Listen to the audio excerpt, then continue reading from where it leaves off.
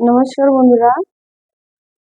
তো আজকে তো সংক্রান্তি, আজকে নিরামিষে সব রান্না বান্না হচ্ছে। তো এটা তো ভিডিওটা আমি কালকে পোস্ট করব। তো তোমাদের সবাইকে শুভ নববর্ষের অনেক প্রীতি আর শুভেচ্ছা। ছোটদের আমার অনেক ভালোবাসা, আর যারা আমার সমান আছো তাদেরকেও ভালোবাসা, আর যারা বড় আছে সবাইকে আমার প্রণাম। তো আজকে রান্নার মধ্যে ছিল ডাল, তো অবশ্যই ছিল, সেটা আম ডাল করেছিলাম। আর আমটা গাছের থেকেই পেরেছিলাম। পনির করেছিলাম। আর জানোই তো, তেঁতোতে ভরা, মানে নিম পাতা বলো, করলা বলো, তারপরে করেছিলাম পাট শাক। আহ, এই সব দিয়ে কিন্তু আজকে রান্নাটা মোটামুটি ছিল। তো আজকে সেটাই তোমাদের সাথে শেয়ার করব। আর তোমাদের তো বলে দিলাম যে সবাইকে অসংখ্য ধন্যবাদ আর শুভ নববর্ষে অনেক অনেক প্রীতি আর শুভেচ্ছা। এমনিতেও পয়লা বৈশাখটা জানিয়ে কেমন যাবে, কালকে তো আমার বরটা চলেই যাচ্ছে, ডিউটি জয়েন করতে হবে। তো এখন যেরকম পারবো সেরকম ভাবে ভিডিওটা আমি এডিট করব। আমি অতটা ভালো পারি না, যেটা তোমাদের সবসময় বলি।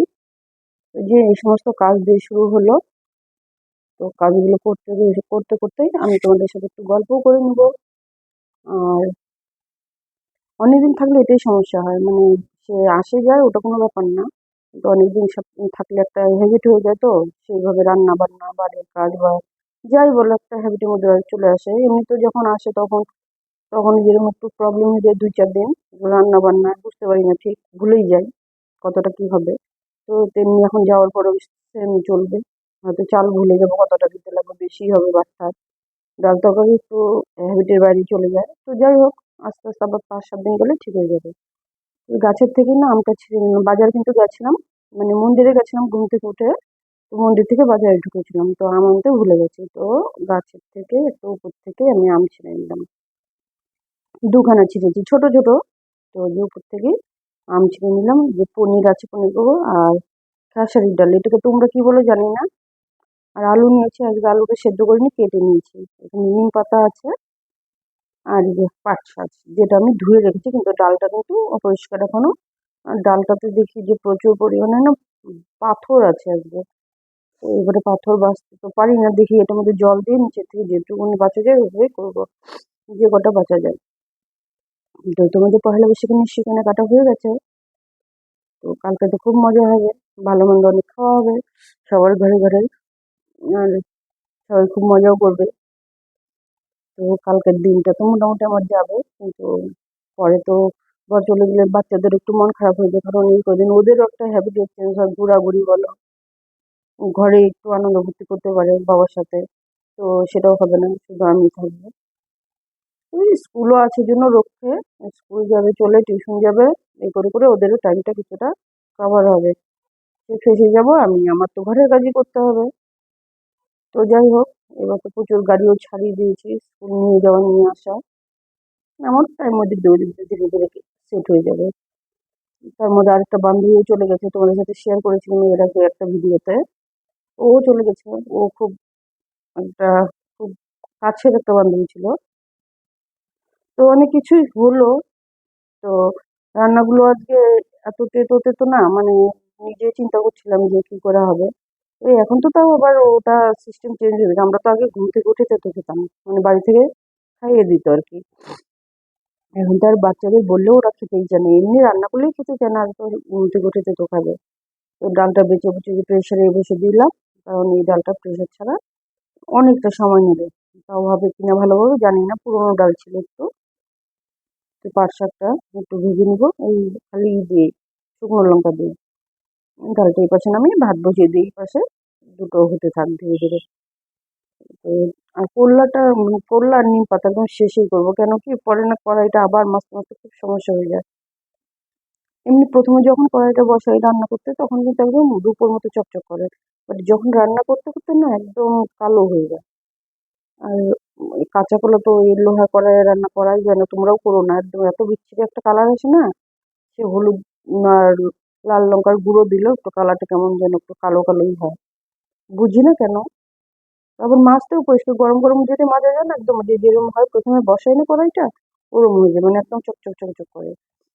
আর তেলটাও খুব কম লাগে, আর রান্নাটাও কিন্তু খুব তাড়াতাড়ি হয়। তো এই যে ডালটা ফোড়ন দিয়ে দিলাম, এই ছোট ছোট আম দিয়েছি, একদম সেদ্ধ হয়ে গলেই গেছে। তো ডালটা হয়ে গেছে, ডালটাও নামিয়ে নেবো, পনিরটা করে নেবো। লাস্টে একটু যে জিরে গুঁড়ো দিয়ে দিলাম। আর কি দেয় খেসারির ডালে আমার সেটা জানা নেই, তো এই জন্য আমি যে মুগ ডাল করে সিম করে নামালাম। এই একটু রান্না করতে করতেই সমস্তটা একটু আবার পরিষ্কার করে নিলাম, তেল ছিটে যায়। একটার পর একটা রান্নাগুলো করলে না, আজকে রান্নাটা কেমন খুব তাড়াতাড়ি শেষ হয়ে গেছিল। মানে সকাল সকালে বসিয়ে দিয়েছিলাম। কিন্তু পনিরটা ছিল আমুলের পনির, যে কালকে তোমাদের একটা শর্টে শেয়ার করেছিলাম না, আমি গেছিলাম বাজারে, তো ওখান থেকে কিছু ঘরের জন্য কিছু ওই করবো বলে ওগুলো নিয়ে এসেছি। তো ওই পনিরটাই এটা কিন্তু রান্না করছি। ওখানে দামটাও বেশি নিল, দোকানের থেকে নর্মাল 1 টাকা বেশি গেল। তো আলু পনির দুটোই সুন্দর করে একটু ভেজে নিচ্ছি, ভেজে নিয়ে তারপরে করবো। যে একবার বসিয়ে দিয়েছি, এবারে সুন্দর করে জিরে, আদা আর ধনে গুঁড়ো একটু দিয়েছিলাম, লাল লঙ্কার গুঁড়ো একটু দিয়েছিলাম। অল্প জল দিয়ে কষবো, কারণ ওদিকে ডালও আছে, পনিরও হলো, করলা আলু ভাজা হচ্ছে, পাট শাক হয়েছে, আবার হবে নিম পাতা। তো এতগুলো রান্না, ভেবেছিলাম প্রথমে একটু প্রচুর জন্য আলু ভাজাও করি, তো অনেক হয়ে যাচ্ছে, এত তো শেষ হবে না, আবার নষ্ট হবে, নষ্ট হলে আবার কালকে ফেরলেও দিতে হবে। বাসি তো ছেলেরা কেউ খেতেও চায় না, আর ওকেও দিই না সাধারণত, আমি খাই থাকলে একটু একটু। কিন্তু ওই তেতো তো না, আর বাসি বেশি ভালো লাগবে না, এই জন্য ভাবলাম যে অল্প অল্পই করি, যাতে করে শেষ হয়ে যায়। তো তোমরা কে কোথায় আছো, কে এভাবে মানে ভিডিওটা দেখছো, উম, তো জানিও। আর কে কে পয়লা বৈশাখে কিরকম আনন্দ করলো সেটাও জানিও। তো রান্নাটা কিন্তু মোটামুটি এরকমই আজকে ছিল। আর বলছি যে ভিডিওটা যদি ভালো লেগে থাকে তোমাদের, তো প্লিজ একটা করে লাইক, শেয়ার, সাবস্ক্রাইব করে দিও।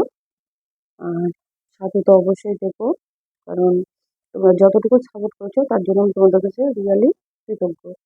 আর ধন্যবাদ জানানোর ভাষা নেই, ধন্যবাদ জানিয়ে তোমাদের ছোটও করবো না, এই কারণে করবো না, যারা খুব কাছের হয় তাদেরকে ধন্যবাদ বলতে নেই।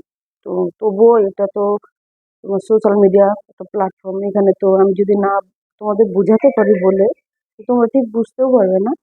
তাই জন্য কিন্তু আমার এটা বলতে হয় যে আমি তোমাদের কাছে কৃতজ্ঞ, বা উম, অনেক উপকার করেছো তোমরা আমার আমার ভিডিওগুলোকে যেভাবে তোমরা সাপোর্ট করেছো। তো এরকম। তো চলো টাটা, আজকের জন্য এইটুকু।